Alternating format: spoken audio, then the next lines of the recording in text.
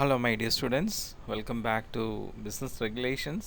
നമ്മൾ ഇന്ന് 56ാമത്തെ സെഷനിലാണ്. നമ്മൾ ലാസ്റ്റ് മോഡ്യൂളിലേക്ക് വന്നിരിക്കുകയാണ്. കോമ്പറ്റീഷൻ ആക്ട് 2002 ലേറ്റസ്റ്റ് ആയിട്ടുള്ളൊരു ആക്റ്റാണത്.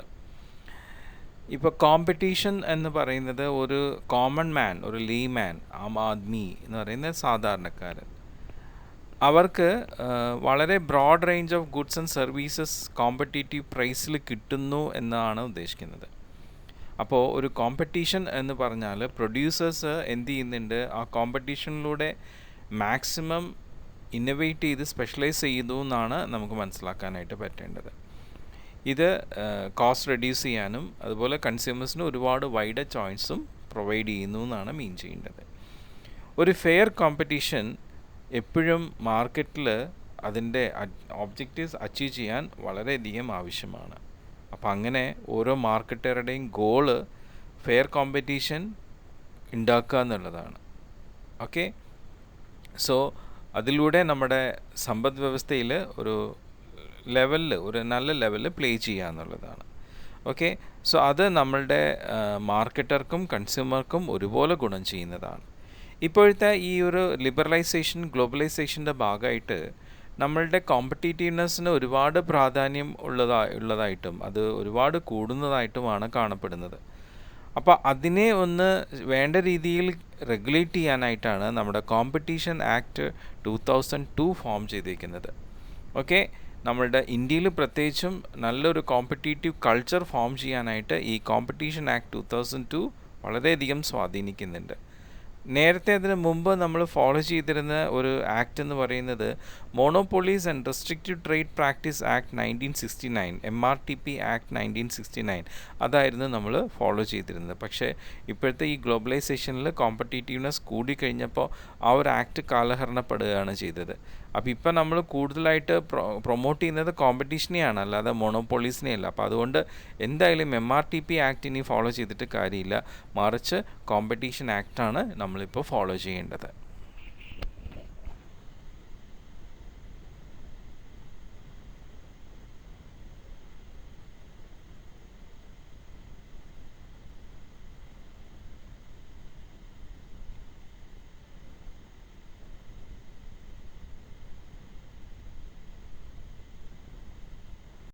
ഓക്കെ, നമ്മുടെ ഗവൺമെൻറ് ഓഫ് ഇന്ത്യ 1999 എന്ത് ചെയ്തു, ഒരു കമ്മിറ്റി രൂപീകരിച്ചു. കോമ്പറ്റീഷൻ പോളിസി ആൻഡ് ലോയ്ക്ക് വേണ്ടിയിട്ടുള്ള ഒരു കമ്മിറ്റി രൂപീകരിച്ചു. ഈ കമ്മിറ്റി 2 കൊല്ലത്തിൻ്റെ കാലയളവിൽ ഒരു റിപ്പോർട്ട് തയ്യാറാക്കി കോമ്പറ്റീഷനെ റിലേറ്റഡ് ആയിട്ട്. എന്നിട്ട് 2002 അതിൻ്റെ റിപ്പോർട്ട് സബ്മിറ്റ് ചെയ്യുന്നത്. ആ റിപ്പോർട്ടിൻ്റെ റെക്കമെൻഡേഷൻ്റെ ഫലമായിട്ട് കോമ്പറ്റീഷൻ ബില്ല് നമ്മുടെ പാർലമെൻറ്റിൽ ഇൻട്രൊഡ്യൂസ് ചെയ്യപ്പെട്ടു. ആ ബില്ലിൻ്റെ ഉദ്ദേശം എന്തായിരുന്നു വെച്ച് കഴിഞ്ഞാൽ നമ്മുടെ MRTP ആക്ട് 1969 നിർത്തലാക്കുകയും അതിൻ്റെ MRTP കമ്മീഷനെ വിടുകയും എന്നുള്ള ഒരു ലക്ഷ്യമുണ്ടായിരുന്നു. അതിലൂടെ ആ ബില്ല് പറഞ്ഞ വേറൊരു കാര്യം, ഈ MRTP കമ്മീഷന് പെൻഡിങ് ഉള്ള കേസുകളെല്ലാം പുതിയ commission, competition commission of India CCI form ചെയ്തിട്ടുണ്ട്, അവരെ ഏൽപ്പിക്കാനും അവർ പിന്നീട് MRTPയുടെ പെൻഡിങ് കേസുകളൊക്കെ സോൾവ് ചെയ്യുകയും പുതിയ ആക്ട് നടപ്പിലാക്കുകയും ചെയ്യും എന്നുള്ള രീതിയിലാണ് ആ ബില്ല് പാസ്സാക്കിയത്.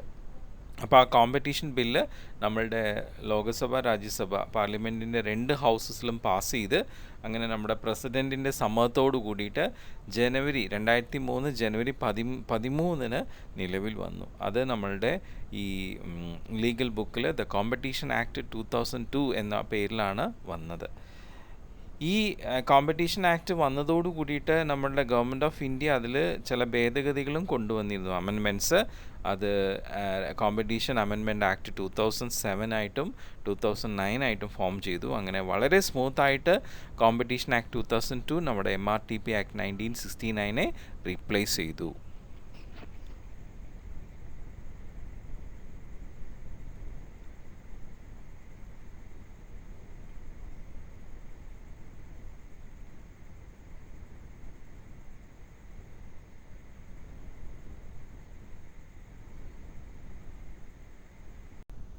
ശരിക്കും നമ്മളുടെ കോമ്പറ്റീഷൻ ആക്ട് 2002 എന്ന് പറയുന്നത് നമ്മളുടെ ഇൻഡസ്ട്രീസിൽ നല്ല ഗുഡ് ഹെൽത്തി കോമ്പറ്റീഷന് വേണ്ടിയിട്ടുള്ള ഒരു ആക്റ്റാണ്, നിയമമാണ്.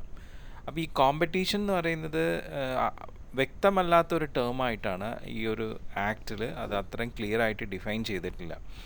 ഇതിനെ ഒരു സാമ്പത്തിക വിരോധമായിട്ടാണ് കാണുന്നത്. കാരണം ഈ ഒരു കോമ്പറ്റീഷനിലൂടെ നമുക്ക് നമ്മളുടെ മാർക്കറ്റിൻ്റെ പവറിനെ കൺട്രോൾ ചെയ്യാനായിട്ട് പറ്റും എന്നുള്ള രീതിയിൽ അതിനെ ഒരു സാമ്പത്തിക വിരോധമായിട്ടാണ് കണ്ടിരുന്നത്.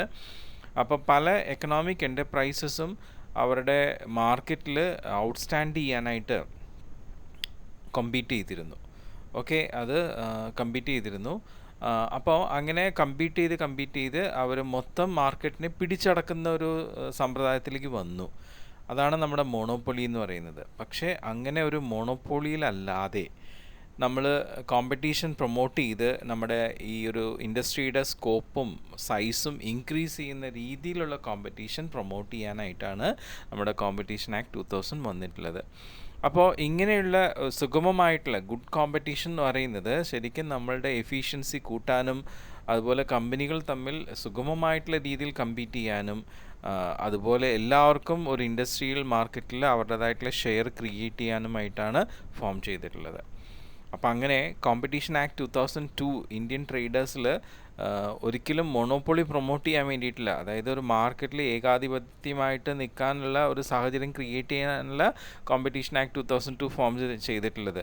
ഇത് ശരിക്കും സുഗമമായിട്ട് ഏതൊരു ഇൻഡസ്ട്രിയിലുള്ള ഏതൊരു ബിസിനസ് കൺസേൺസും അവരുടെ പ്രൊഡക്ഷൻ, ഡിസ്ട്രിബ്യൂഷൻ, പ്രൈസ് ഫിക്സേഷൻ ഇതെല്ലാം ഈ പറഞ്ഞ പോലെ സുഗമമായിട്ടുള്ള രീതിയിൽ മറ്റുള്ളവർക്കും സാഹചര്യം കൊടുക്കുന്ന രീതിയിൽ ഫോം ചെയ്യുക. അല്ലാതെ മോണോപ്പൊളിയായി ഫോം ചെയ്യാനുള്ള രീതിയിലാണെങ്കിൽ അത് ഈ നിയമത്തിന് എതിരാണ്. ഓക്കെ, സോ ഈ കോമ്പറ്റീഷൻ ആക്ട് ആ രീതിയിൽ നമുക്ക് നല്ല കോമ്പറ്റീഷൻ നമ്മുടെ ഇന്ത്യൻ എക്കണോമിയിൽ ഫോം ചെയ്യാൻ വേണ്ടിയിട്ട് ക്രിയേറ്റ് ചെയ്യപ്പെട്ടിട്ടുള്ളതാണ്.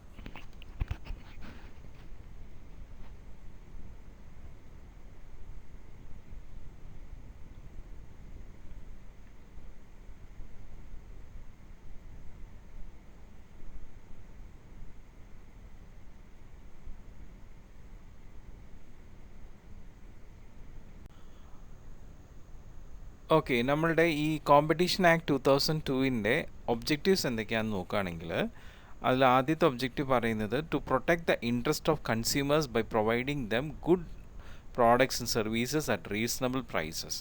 അതായത് നമ്മളുടെ നല്ല ക്വാളിറ്റി പ്രോഡക്ട്സും സർവീസസും റീസണബിൾ പ്രൈസസിൽ പ്രൊവൈഡ് ചെയ്യാനുള്ള കൺസ്യൂമേഴ്സിൻ്റെ ഇൻട്രസ്റ്റിനെ പ്രൊട്ടക്റ്റ് ചെയ്യുക. ഓക്കെ, രണ്ടാമത്തേത് to promote healthy competition in Indian market. നമ്മുടെ ഇന്ത്യൻ മാർക്കറ്റിൽ ഓരോ ഇൻഡസ്ട്രിയിലും അതിൽ വരുന്ന ബിസിനസ് കൺസേൺസ് നല്ല ഹെൽത്തി കോമ്പറ്റീഷൻ പ്രൊമോട്ട് ചെയ്യുക. ഓക്കെ, പിന്നെ to prevent the interest of small companies or prevent the abuse of dominant position in the market. ഇപ്പോൾ ഒരു ഇൻഡസ്ട്രിയിൽ വളർന്നു വരുന്ന ചെറിയ കമ്പനീസിൻ്റെ താല്പര്യങ്ങളും പ്രിവെൻറ്റ് ചെയ്യുക. അതുപോലെ തന്നെ അതുപോലെയുള്ള ഈ ചെറിയ കമ്പനികൾ മറ്റുള്ള വലിയ വലിയ കമ്പനികൾ ചൂഷണം ചെയ്യാതെ അല്ലെങ്കിൽ അവരിൽ ആധിപത്യം സ്ഥാപിക്കാതെ അവരെ പ്രിവെൻറ്റ് ചെയ്യുക. അതും ഈ ഒരു ആക്ടിലൂടെയാണ്. പിന്നെ prevent those practices which have adverse impact on competition in Indian market. അതായത് നല്ല രീതിയിലല്ലാത്ത കോമ്പറ്റീഷൻ റിലേറ്റഡ് ആയിട്ട് വരുന്ന പ്രാക്ടീസുകൾ നമ്മുടെ ഇന്ത്യൻ മാർക്കറ്റിൽ ഉണ്ടെങ്കിൽ അതിനെ പ്രിവെൻറ്റ് ചെയ്യുക. പിന്നെ ഈ പറയുന്ന ഇന്ത്യൻ മാർക്കറ്റിൽ ട്രേഡ് നടത്താനുള്ള ഫ്രീഡം ഉറപ്പുവരുത്തുക. അതുപോലെ തന്നെ നമ്മളുടെ ഈ കമ്പനികളുടെ ഓപ്പറേഷൻസും കോമ്പിനേഷൻ ആക്ടിവിറ്റീസൊക്കെ പ്രോപ്പറായിട്ട് റെഗുലേറ്റ് ചെയ്യുക. അപ്പോൾ നമ്മൾ മറ്റുള്ള പല ഫോറിൻ കമ്പനീസായിട്ടുള്ള അക്വസിഷൻസ്, മെർജേഴ്സ്, അമാൽഗമേഷൻസ് അല്ലേ, ഇതൊക്കെ നമ്മളിനി അടുത്ത സെമ്മിൽ പഠിക്കുന്നുണ്ട്, കോർപ്പറേറ്റ് റെഗുലേഷൻസിൽ പഠിക്കുന്നുണ്ട്. പിന്നെ കോമ്പറ്റീഷൻ കമ്മീഷൻ ഓഫ് ഇന്ത്യനെ എസ്റ്റാബ്ലിഷ് ചെയ്യുക. അതുപോലെ തന്നെ നമ്മളുടെ കോമ്പറ്റീഷൻ ആക്ടിനെ കുറിച്ചുള്ള അവെയർനെസ് ഉണ്ടാക്കുക, അതിനുള്ള പ്രോപ്പർ ട്രെയിനിങ് കൊടുക്കുക. ഇത്രയൊക്കെയാണ് നമ്മളുടെ കോമ്പറ്റീഷൻ ആക്ട് 2002 ഒബ്ജക്റ്റീവ്സ്. ഇനി അതിൻ്റെ സ്കോപ്പ് എന്ന് പറയുന്നത് ആദ്യത്തെ വൈഡ് കവറേജ് ആണ്. ഇപ്പോൾ നമ്മൾ ഈ ഒരു ആക്റ്റിൽ എൻ്റർപ്രൈസ് കൊണ്ട് നമ്മൾ ഉദ്ദേശിക്കുന്നത് ഒരു വ്യക്തിയോ അല്ലെങ്കിൽ ഒരു ഡിപ്പാർട്ട്മെൻറ്റോ ഗവൺമെൻറ്റായിട്ട് ഇടപെട്ടുകൊണ്ട് വാല്യൂ ചെയിൻ, ഒരു പ്രോഡക്റ്റ് സർവീസിന് വാല്യൂ ചെയിൻ്റെ എല്ലാ ആക്ടിവിറ്റീസിലും എൻഗേജ്ഡ് ആവുന്നവരെയാണ് നമ്മൾ എൻ്റർപ്രൈസ് എന്ന് പറയുന്നത്. അത് ഡയറക്റ്റായിട്ടോ ഇൻഡയറക്റ്റായിട്ടോ ഓക്കെ, അവരെയാണ് നമ്മൾ എൻ്റർപ്രൈസ് എന്നുള്ള രീതിയിൽ ഉദ്ദേശിക്കുന്നത്.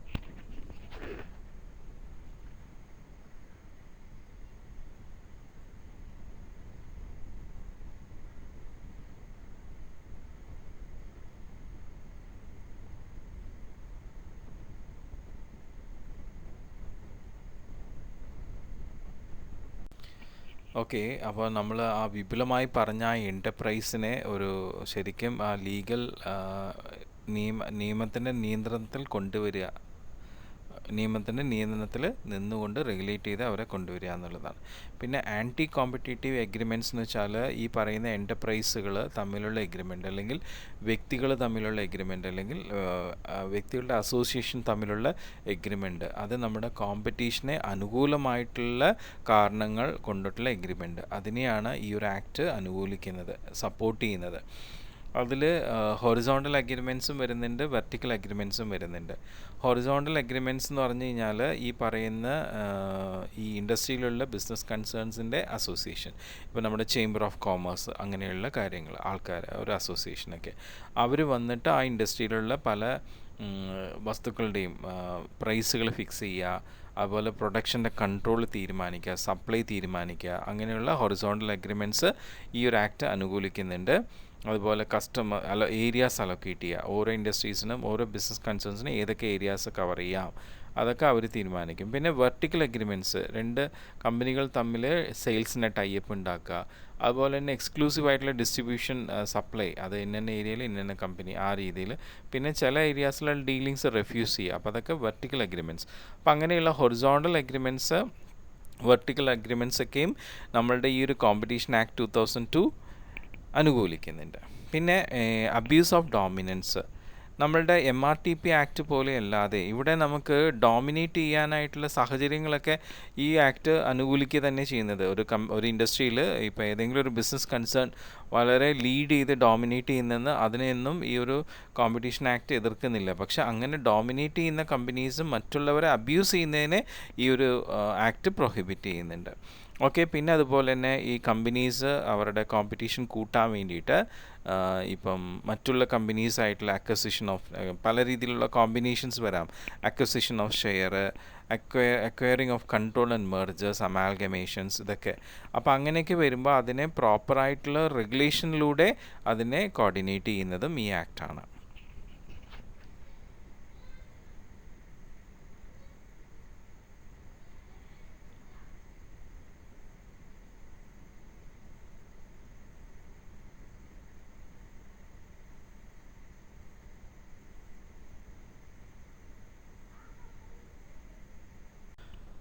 ഓക്കെ.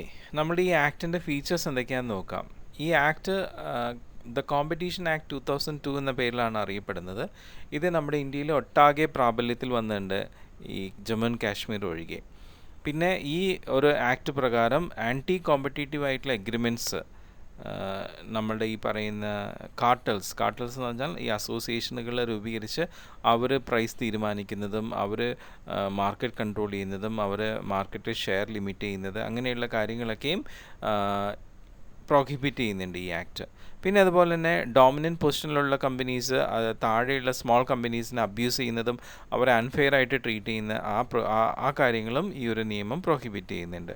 പിന്നെ നമ്മളുടെ കമ്പനീസ് പലപ്പോഴും കോമ്പിനേഷനിൽ വരുമ്പോൾ, അക്വസിഷൻ, മെർജർ, അമാൽഗമേഷൻ പോലെയുള്ള കോമ്പിനേഷൻ വരുമ്പോൾ അതിനെയും പ്രോപ്പറായിട്ട് ഒരു ആക്ട് റെഗുലേറ്റ് ചെയ്യുന്നുണ്ട്. പിന്നെ കോമ്പറ്റീഷൻ, അൺഫെയർ ആയിട്ടുള്ള കോമ്പറ്റീഷൻ കൊണ്ട് ബാധിക്കപ്പെടുന്ന കമ്പനീസിന് അതിനുള്ള റെമഡീസും അതുപോലെ തന്നെ അതിൻ്റെ പെനാൽറ്റീസ് കാര്യങ്ങളൊക്കെയും നിയമപരമായിട്ട് നോക്കുന്നതും ഈ ഒരു ആക്റ്റാണ്. പിന്നെ നമ്മൾ ആൻറ്റി കോമ്പറ്റേറ്റീവ് ആയിട്ടുള്ള പ്രാക്ടീസുകൾ ഓവർസീസ് മറ്റുള്ള കൺട്രീസിൽ കമ്മിറ്റ് ചെയ്തിട്ട് അതിൻ്റെ ഇഫക്റ്റ് നമ്മുടെ ഇന്ത്യയിൽ വരുവാണെങ്കിൽ അതിനെയും ഈ ഒരു ആക്ട് കവർ ചെയ്യുന്നുണ്ട്. പിന്നെ അൾട്ടിമേറ്റ്ലി നമ്മളുടെ കോമ്പറ്റീഷൻ കമ്മീഷൻ്റെ റെസ്പോൺസിബിലിറ്റി ഉറപ്പ് വരുത്തുന്നുണ്ട്. ആ റെസ്പോൺസിബിലിറ്റി എന്ന് പറയുന്നത് കോമ്പറ്റീഷൻ ആക്ട് 2002 അനുസരിച്ചുള്ള നിയമപരമായിട്ടുള്ള നിർദ്ദേശങ്ങൾ കൊടുക്കുക, അതിനുള്ള അവയർനെസ് കൊടുക്കുക, ട്രെയിനിങ് കൊടുക്കുക എന്നുള്ള കാര്യങ്ങളാണ്.